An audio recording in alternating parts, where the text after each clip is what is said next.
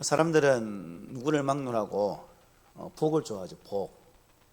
우리 가운데 복 싫어하는 분 계십니까? 저도 이제 항상 하는 말씀이지만 이 복습은 잘 안 하잖아요. 근데 또 본문이 또 그런 내용이라서 함께 복에 대해서 함께 나누어 봤으면 좋겠습니다. 사업하는 사람들은 사업이 잘 되기를 원하죠. 또 직장 생활하는 사람은 직장 내에서도 인정받고 또 자신의 어느 위치까지 또 나가는 것을 많이 원합니다. 또 자녀들이 있기 때문에 나 에스라에 태어난 자녀들은 좀 이렇게 저렇게 잘 되었으면 참 좋겠다는 그러한 소망들을 많이 가지고 있는 것이 바로 우리 인생들입니다. 그래서 어떻게 하면 복을 받을까 싶어가지고 환경을 바꾸어 보기도 하고 또 주변에 이렇게 또 정리해서 보다 더 복을 받기 원하는 그런 모습들로 살아가는 경우가 많습니다.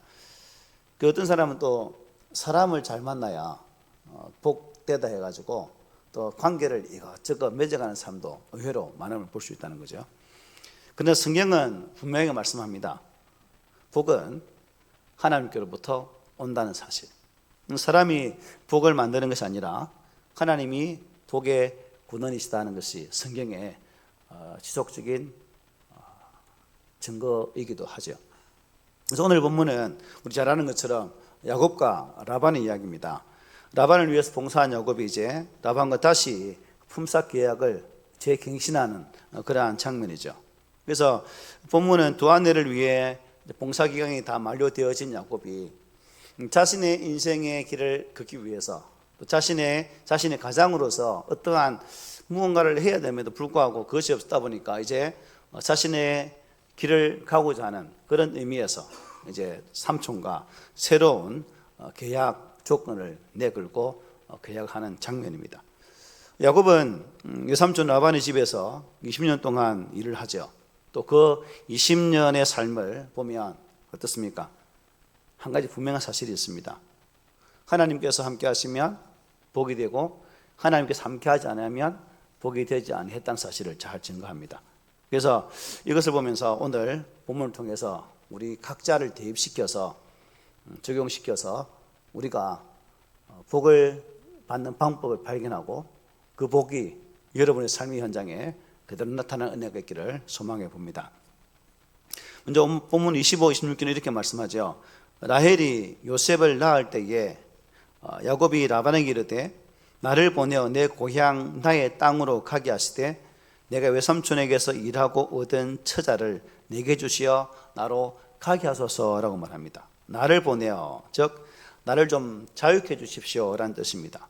그리고 나의 땅으로 가게 하시되, 즉 나의 땅, 가나안 땅으로 좀 가게 해 주십시오라는 의미가 담겨 있고, 그리고 나로 가게 하소서 역시 같은 의미로 말씀을 해주고 있습니다. 그래서 야곱은 떠나기를 원하는 그 마음을 강조하기 위해서 세 번이나 가게 하소서라고 말씀을 하고 있는 거죠. 여러분 얼마나 가고 싶었으면 세 번이나 말을 꺼내면서 이렇게 강조했겠습니까?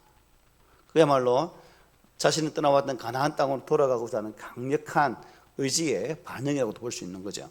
그래서 야곱이 이 당시 나이가 몇 살쯤 됐을까요? 몇 살? 다시 한번 세보세요. 좀 더 쓰세요. 이때 야곱이 91살입니다. 아이고, 이제 노인네가 가면 어디 가려고 그냥 집 그냥 살지, 그죠? 우리 같은 그냥 하겠죠. 아이고, 영감 어디 가겠어? 그냥 삼촌 밑에 붙어 사서 이런 말 할 건데, 이제 야곱으로 또 떠납니다. 참 두 눈 시퍼렇게 살아있던 형의 눈을 피해서 엄마의 말을 듣고 야, 잠시 피해라. 형이 저 스슬프른 눈이 잠시 멈출 때까지 삼촌 집에 도망가 있으라. 그 말에 순종해서 떠나왔던 세월이 쑥 흘러서 그야말로 이제 꼬부랑 안 봤지만 꼬부랑인 줄 모르겠지만 엄청난 나이가 많이 먹은 그 상황입니다. 참 라반의 집에서 이것저것 하면서 또 첫눈에 맞았던 라헬을 얻기 위해서 초질간 몸 부서지는 것도 모르고 오직 한 여인을 얻기 위해서 14년을 그야말로 불철주야 종처럼 일했던 야곱. 이제 그 아내를 얻었던 그 기간이 만료되자 계약 조건을 다시금 내걸고자 말하고 있습니다. 라반에게 속아서 살아낼 수밖에 없었던 힘겨운 세월들, 여러분 어땠을까요? 많이 힘들었겠죠. 여러분도 여러분이 섬긴 직장이나 거기에서 사장이 여러분을 속이고 힘들게 한다면, 요즘 같으면 당장에 법에 고소하겠죠. 저게 산인에 있는 카페가 오픈하려고 했는데 주변 사람들이 시끄러워서 못하게 하니까 결국 카페 열고자 하는 사장이 법으로 저수했대요. 그래서 법을 이겨서 오픈한답니다. 뭐 이런 법으로 그래 부른다는 거죠. 마음에 안 들면. 그런데 이 야곱은 그럴 수가 없었습니다. 당시에 뭐 노동법도 있는 것도 아니고 어쩔 수 없이 삼촌 집에서 삼촌을 울지 보면서 또한 가소를 거느리면서 종 아닌 종으로 살아야 했던 야곱. 그야말로 여러분 피눈물 나는 시간 아니었겠습니까? 각고의 인내를 요구하는 그런 시간이었겠죠. 그래서 야곱이 이제 아들 요셉이 태어나자 자신의 고향으로 돌아갔으면 하는 마음이 이제 생기게 된 거죠. 그래서 생각합니다. 이제 내 인생을 좀 살아야 되겠다. 이제 나도 내가 가장으로서 내 식솔들을 거느리고 또 저들에게도 어떠한 삶을 보장할 수 있는 그런 것도 마련해야 되지 않겠나, 그런 마음이 왔겠죠. 그래서 라반에게 좀 저를 보내주세요 라고 말을 합니다. 여러분, 야곱이 굳이 고향으로 돌아가려고 한 이유가 뭘까요? 타향살이에 대해서 고향이 그리워서 그럴까요? 고향이 그리워도 못 가는 신세. 그래서 그랬을까요? 성경을 보면 여호와께서라는 단어가 있음을 볼 수 있죠. 결국 이것은 베델에서 받았던 하나님과의 약속이 야곱 속에 있었다는 겁니다. 그리고 이제 그 하나님께서 반드시 그 약속을 이루실 분임을 믿었기 때문에 그 약속에 의지해서 라반에게 이러한 말을 하게 되었다라고 볼 수 있죠. 여러분 같으면 내 가문이 좀 튼실하게 서기를 바라지 않을까요? 다 그렇죠, 그죠? 그래서 이제 언약을 받은 가문으로서 하나님의 약속 안에서 정말 야곱의 가문이 바로 서기를 원하는, 그리고 또 그렇게 해 주신다고 약속하셨기 때문에 그 약속을 믿고 이러한 모습으로 말씀하고 있다는 거죠. 우리 같으면 이 나이에 그냥 눌러 앉아서 뭐 되는 대로 살고 그렇게 살고 싶지만, 이제 야곱은 다시금 내가 고향 땅에 갈 수 있다면, 하나님의 약속의 말씀을 이룰 수 있는 그 땅으로 갈 수 있다면 고난과 시련 동안 견뎌내겠다는 그 마음다짐이 아마 있었던 것으로 보여집니다. 그래서 이러한 야곱의 태도는 결국 하나님의 약속을 바라보고 나가는 믿음의 자세다. 오늘날 저와 여러분들이 예수 그리스도를 믿는 자로서 우리의 삶의 목적이, 목표가 이 땅의 것으로만 끝난다면 우리 또한 세상 사람들처럼 소망이 없는 인생 나그네 길을 걷는 자가 될 수밖에 없죠. 그러나 우리는 소망이 있습니다. 하늘나라 기업을 받을 수 있다는 사실, 하나님의 그 거룩한 나라가 나의 유업으로 이어지게 된다는 사실, 우리는 그것을 믿고 있어요. 믿고 있지요? 네. 그 사실이 있기 때문에 야곱이 이러한 모습으로 라반에게 나가는 것처럼 우리 또한 우리의 삶의 자리에서 이러한 소망으로 우리의 삶을 살아갈 수 있는 그런 모습이 있어져야 된다는 거죠. 비록 내가 살아가는 삶의 자리가 힘들지라도, 비록 현재의 암울한 그 현실의 벽들이 너무 높을지라도 그 이면에 이루어 가실 하나님의 손길을 바라보고 나아가는 그 믿음이 결국 고난 가운데 있을지라도 그 믿음이 있다면 기쁠 수 있는 것이고 또 우리는 행복할 수가 있다는 사실입니다. 그런데 이제 이어지는 말씀 보면 흥미로운 일이 벌어집니다. 27, 28절을 보면 고향으로 돌아가게 해달라는 야곱의 요청에 대한 라반의 반응이 나옵니다. 먼저 27절에 이렇게 말해요. 여호와께서 너로 말미암아 내게 복을 줄을 내가 깨달았노니 네가 나를 사랑스럽게 여기거든 그대로 있으라 말합니다. 저기 깨달았다, 깨달았노니 네가 셰트라는 말을 보니까 의미가 점괘를 보고 비로소 알게 되었다는 거죠. 라반이 이 현실 앞에 뭘 했다는 거죠? 점을 보았다는 거죠. 점을 보니까 이게 이렇게 나오네. 우리 한글 성경에는 여호와께서 너로 말미암아 네게 복을 줄 줄 내가 깨달았도 말하지만 이 깨달았다는 그 말의 의미는 점괘를 본 이후에 이 말을 했다는 거죠. 점을 보니까 야곱아, 그 점쟁이 하는 말이 너를 보내면 안 된단다. 그러니까 나와 함께 있으라 라고 말해요. 점을 보았다는 것은 결국 또 점괘를 보니까 이런 결과가 나왔다는 것은 라반은 무슨 마음이에요? 야곱과 함께 있고자 하는 마음이 강렬했다는 거죠. 그리고 예전의 말씀에 네가 나를 사랑스럽게 여기거든 그대로 있으라. 네가 나를 사랑스럽게 여기거든. 이 말을 보면 야곱이 라반을 사랑할 여건이 됩니까? 여러분 사랑하겠습니까? 이거 미흡죠. 그래도 핏줄인데 외삼촌인데 장인어른인데 사위쯤 여기지 않고 하나의 종처럼 부려먹는데 무슨 장인으로 보이겠어요? 무슨 삼촌으로 보이겠어요?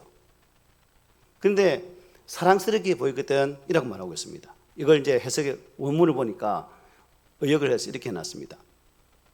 내가 간절하게 원하고 바라건대 만약 네가 나에게 은혜를 베푸고자 하면 이렇게 해석하고 있더라고요. 사랑스럽기보다는 야곱아 네가 나를 좀 나에게 은혜를 베풀고 싶은 마음이 있다면 이렇게 해석하는 게 더 좋다는 거죠. 결국 이것은 라반의 간절한 요청의 말입니다. 왜 이렇게 여러분 라반이 간절하게 요청하고 있을까요? 야곱에게 같이 있고자 말했을까요? 왜 그랬을까요? 라반이 점을 통해서 깨달은 것이 있는데 그것이 누구 때문에 복을 받았다는 거죠? 야곱 때문에 복을 받았다는 사실을 알게 되었다는 것입니다. 야곱이 오기 전과 야곱이 온 후가 완전히 달랐다는 거죠.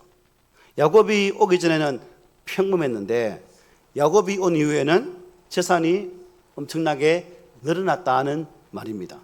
그래서 야곱이 고백하죠. 여호와께서 너 때문에 나에게 복을 주셨다라고까지 말을 합니다. 이게 중요한 진리가 있죠. 하나님의 사람은 결국 복의 통로가 된다는 사실. 어떻습니까? 여러분들은 여러분의 삶의 자리에 일반 사람들에게 복의 통로들로 인정을 받고 계십니까? 성경은 분명히 말씀해요. 창세기 우리가 12장에 하나님께서 아브라함 부를 때 이렇게 말씀하셨잖아요. 너를 축복하는 자에게는 내가 복을 내리고 너를 저주하는 자에게는 내가 저주하리니 땅의 모든 족속이 너로 말미암아 복을 얻을 것이라. 너로 말미암아 아브라함을 통해서 복을 얻을 것이다. 아브라함 입에 이 말씀이 이름에 나를 대입해 보는 거죠. 나를 통해서 모든 민족이 복을 받을 것이다 라고 볼 수 있는 거죠. 하나님의 사람은 여러분 복을 받는 사람일 뿐 아니라 결국 내가 받은 복을 어떻게 해요? 흘러보내는 자이다 하는 것입니다. 그래서 하나님이 함께 하시면 그 사람이 있는 곳에 복이 임하게 되는 거죠. 요셉이 있는 곳에 복이 임했습니다. 다윗이 있는 그 나라에 하나님의 복이 임했습니다. 초대교회가 있는 곳에 하나님의 강력하신 은혜가 임한 것을 성경은 우리에게 말씀해요. 마찬가지로 오늘날에도 하나님이 함께 하시는 사람은 복의 통로가 될 수 있다는 사실입니다. 우연히 요행수로 얻어지는 그런 것 말고 하나님이 내 인생 속에 들어오셔서 그분이 일하심을 통해서 받게 되어지는 복. 결국 이것은 이 땅에서 누리는 것만이 참된 복이 아니라는 사실도 알 수 있죠. 본문은 재산이 정식한 그런 복이 임하지만 우리가 살아가는 이 세상 속에서 진정한 복은 결국 주님 안에서의 얻는 그것이 가장 큰 복임을 볼 수 있습니다. 그래서 저도 우리 성도들이 있는 가정이 복을 받고, 또 여러분이 섬기는 교회가 복을 받고, 여러분이 일하는 일터가 여러분들로 말미암아 복을 받는 그런 역사가 있기를 소망합니다. 그리고 28절에 이렇게 말해요.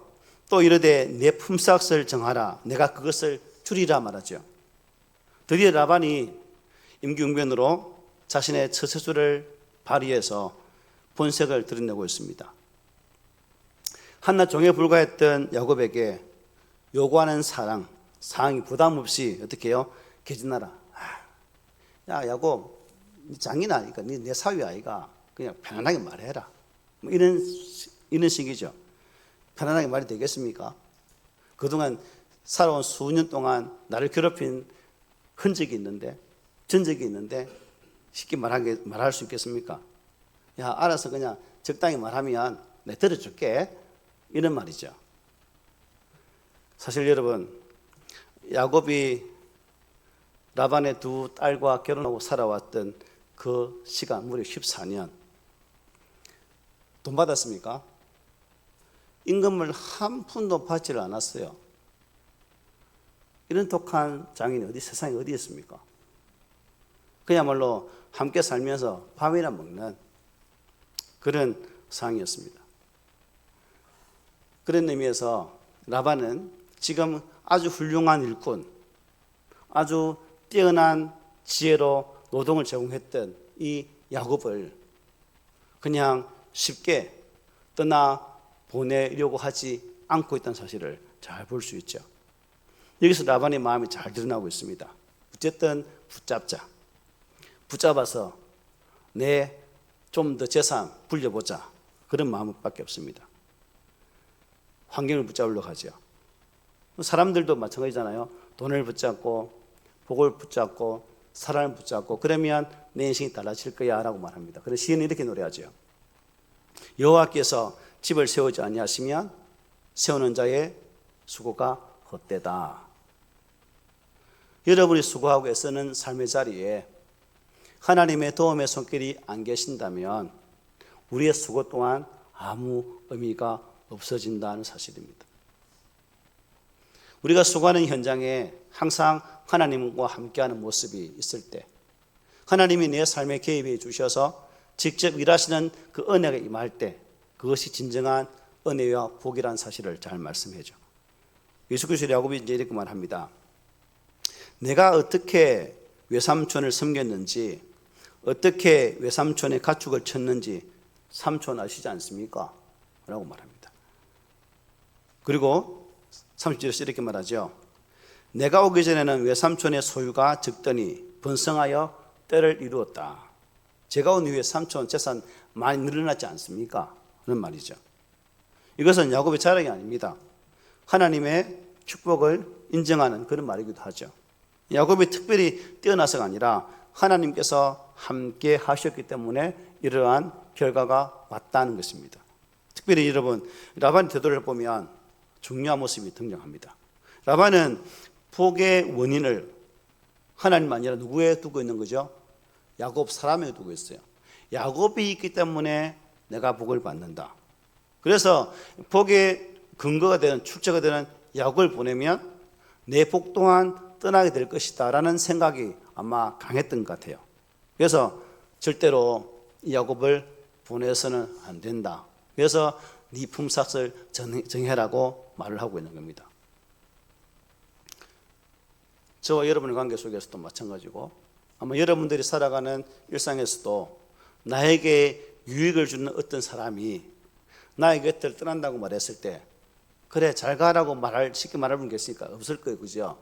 어떻게든 함께 더불어서 더 시간을 가지고 또 함께 더불어서 일을 하면서 서로에게 아니면 나에게 유익이 되고자 하는 그 모습이 우리 사람에게는 많죠.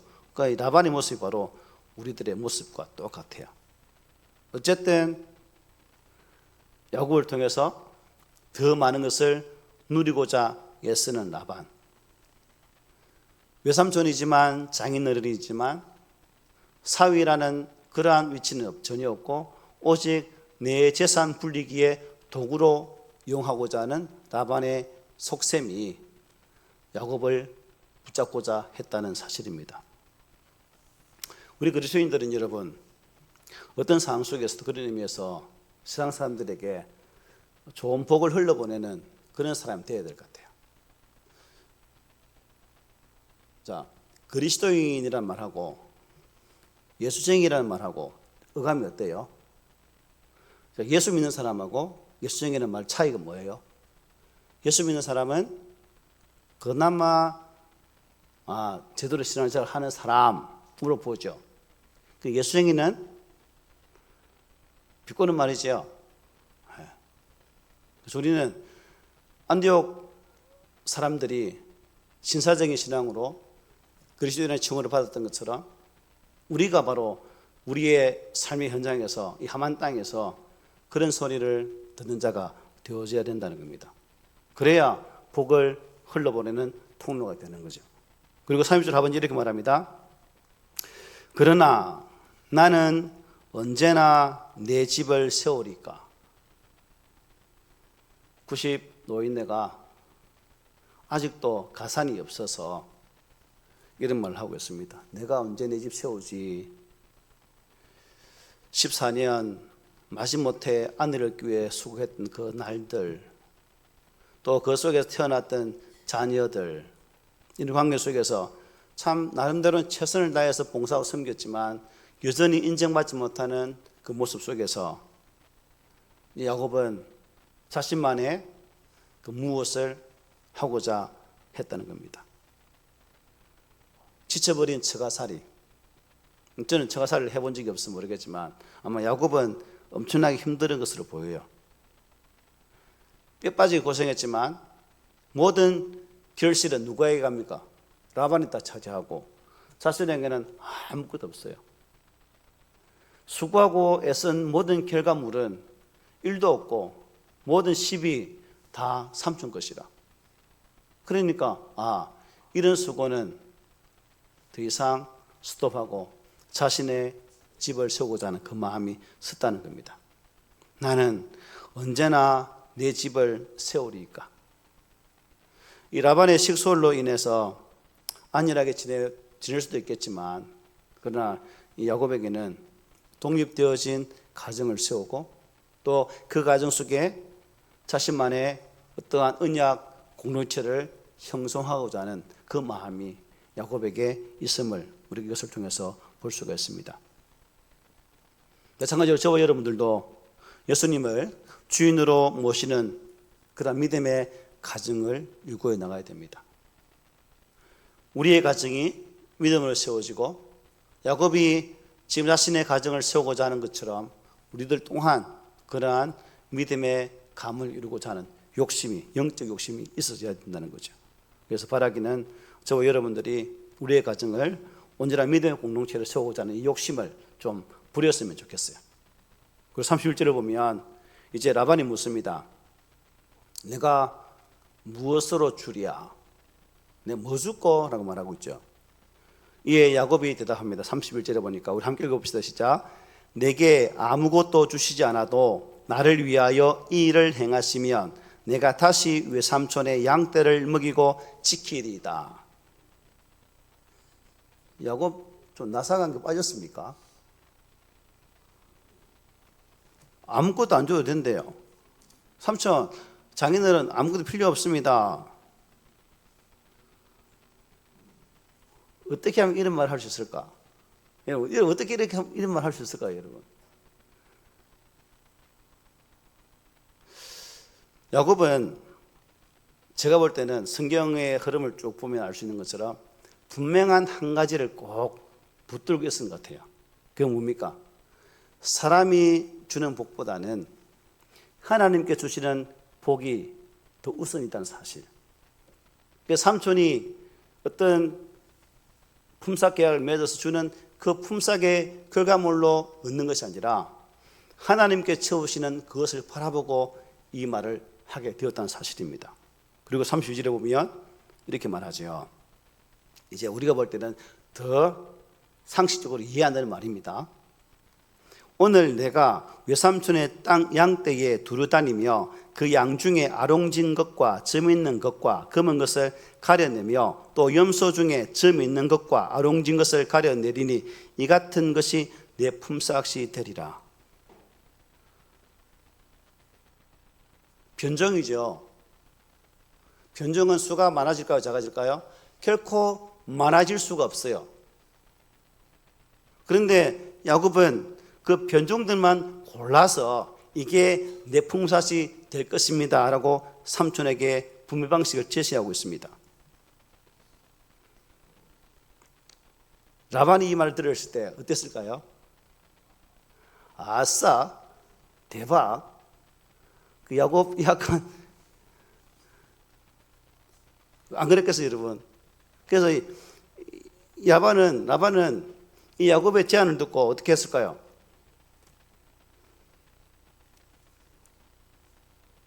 아싸 하고 34절에 보십시오. 이렇게 말하죠. 라반이 이르되 네가 내 말대로 하리라. 내가 네 말대로 할게. 그러면 네 말한 대로 변종은 네가 가지고 안 변종은 내 재산이 있다라고 말합니다. 그런데 이전에 말씀 보면 또 이 얍사기가 참 얍사긴 행동하죠. 야곱도 사기꾼이지만 라반은 또 사기를 칩니다. 35절 36절 한번 보세요. 그날에 그가 순염소 중 얼룩무늬 있는 것과 점이 있는 것을 가리고 암눈소 중 흰 바탕에 아롱진 것과 점이 있는 것을 가리고 양 중에 검은 것들을 가려 자기 아들들의 손에 맡기고, 혹시나 이러한 것들로 통해서 이런 것이 튀어나오면 안 되니까 다 뽑아 추려서 누구에게 줬다고요? 지 아들에게 줘갖고 며칠? 사흘 길을 떠게 해서 3일 길을 뚝 껴놓은 거죠. 절대로 변종이 나오지 못하도록 인간적인 방법을 다 강구합니다. 그때부터 출발하는 거죠. 이렇게 썩임을 하고 있습니다. 그래서 이제 이렇게 하면서 라반은 어떤 생각을 했을까요? 여러분 야곱 고생해봐라. 이 재산 있는 거 하나도 없다 이놈아. 네 생고생해라. 오늘부터 내 다 차지다. 이렇게 생각 안 했을까요, 여러분? 그런데 성경은 우리에게 계속 한 가지 사실을 보여주고 있습니다. 사람이 막는다 할지라도 하나님이 푸시면 그 막는 것이 다 풀이어지게 되어 있다는 거예요.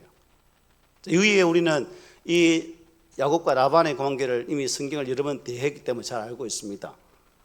또 야곱이 잔머리의 대가 아닙니까? 어쨌든 그런 잔머리를 써서 자신의 장사를 정식해 나가는 과정들을 이후에 우리가 계속 보게 될 것입니다. 결국 야곱은 자신의 머리로 그렇게 했지만 결국 이 일을 이루신 분은 누구라는 겁니까? 하나님인 거죠. 하나님께서 야곱의 삶에 개입해 주셨고 또 야곱이 언약 백성으로서의 삶을 살아갈 수 있도록 하나님께서 역사하셨기에 야곱의 삶에 이러한 은혜가 임하게 되어진다는 사실이죠. 결국 시편의 말이 정확한 답이죠. 우리 함께 읽어봅시다. 시작. 여호와의 계획은 영원히 서고 그의 생각은 대대에 이르리로다. 하나님의 계획만이 영원토록 이어지게 되어 있다는 사실입니다. 기록되어진 말씀이 저 여러분들을 향한 하나님의 약속이요, 또 우리가 본문에 보고 있는 라반의 계획과 또 야곱이 제시하는 이 품삯 계획 속에서 결국 이 두 사람의 계약이지만 이 계약 속에 하나님은 개입하셨고 하나님이 일하셨기 때문에 결국 하나님 은혜로 야곱이 또한 거부가 되는 복을 받게 될 것입니다. 사랑하는 성도 여러분, 우리가 살다 보면 이런 상황을 많이 맞이할 거예요. 여러분의 삶의 자리에 열심히 일하는데도 불구하고 결과가 나오지 않을 때 얼마나 실망스럽습니까? 내 나름대로는 정직하게 살고 있는데 왜 이렇게 주변 사람들이 나를 힘들게 하는지, 계속 누군가 나를 속이고 있는 것 같은 그런 느낌을 받을 때가 참 많을 겁니다. 그래서 우리의 생각 속으로 생각하기를, 계속 나는 쏟고만 사는 인생인가? 나는 왜 이렇게 못난 인생의 삶을 사는 것일까? 라고도 생각할 수 있다는 거죠. 그런데 하나님이 뭐라 말씀합니까? 하나님이 우리에게 말씀하시기를 내가 너희를 보고 있다는 겁니다. 너희들이 사는 현장에 힘들고 정직하게 살아가는데 또한 그 속에서 어려움 당한다 할지라도 사람이 볼 때는 너희들의 인생은 되지 않지만 내가 보고 있기 때문에, 내가 보고 일하기 때문에 우리에게 하시는 말씀은 다시 일어서서 나가라는 겁니다. 나가라는 겁니다. 여러분, 하나님은 이러한 믿음으로 사는 자에게 복으로 역사하십니다. 사람이 빼앗을 수 있는 그러한 복은 진짜 복이 아니에요. 진짜 복은 사람이 빼앗지 못하는 것, 즉 하나님께 채우시는 그것이 참된 복이라는 것입니다. 그래서 자문에는 이렇게 말합니다. 함께 읽습니다. 시작. 여호와께서 주시는 복은 사람을 부하게 하고 근심을 겸하여 주지 아니하시느니라. 아멘. 하나님께 주시는 복은 우리를 부하게 하는데 그 부함 속에는 근심이 없다는 거죠. 혹시 여러분이 삶의 자리에서 채워가는 부부 속에 근심이 있습니까? 그건 하나님 주신 게 아니라는 거죠. 그러나 채워지는 복 속에 근심이 없고 기쁨이 있다면 그것이 하나님께 채우시는 복이라는 증거입니다. 그러므로 오늘 본문은 야곱을 통해서 일하시는 하나님, 그리고 그 야곱을 빼앗기지 않으려고 갖은 술책을 부리는 라반의 모습 속에서 우리 하나님은 진실로 야곱의 삶에 개입하셔서 그에게 복을 주시는 복의 근원이신 하나님을 잘 증거해주고 있다는 사실입니다. 마찬가지로 저와 여러분 또한 이 야곱의 삶에 개입하셨던 그 하나님을 나의 하나님을 믿는다면 그 하나님은 여러분의 삶 가운데에 복으로 역사하실 것입니다. 그리고 그 복스러움이 무사람들에게 하나님의 살아계심을 나타내는 증거가 반드시 될 것입니다. 바라기는 여러분의 말미암아 여러분의 가정이 복을 받고, 여러분의 말미암아 우리 교회가 복을 받고, 여러분의 말미암아 여러분이 섬기는 직장과 사업장이 복을 받기를 바랍니다. 그리고 그 복을 마음껏 찬양하는, 또 그 은혜 앞에 감사하는 우리 모든 성도가 되시기를 오늘 말씀으로 부탁을 드립니다. 아멘.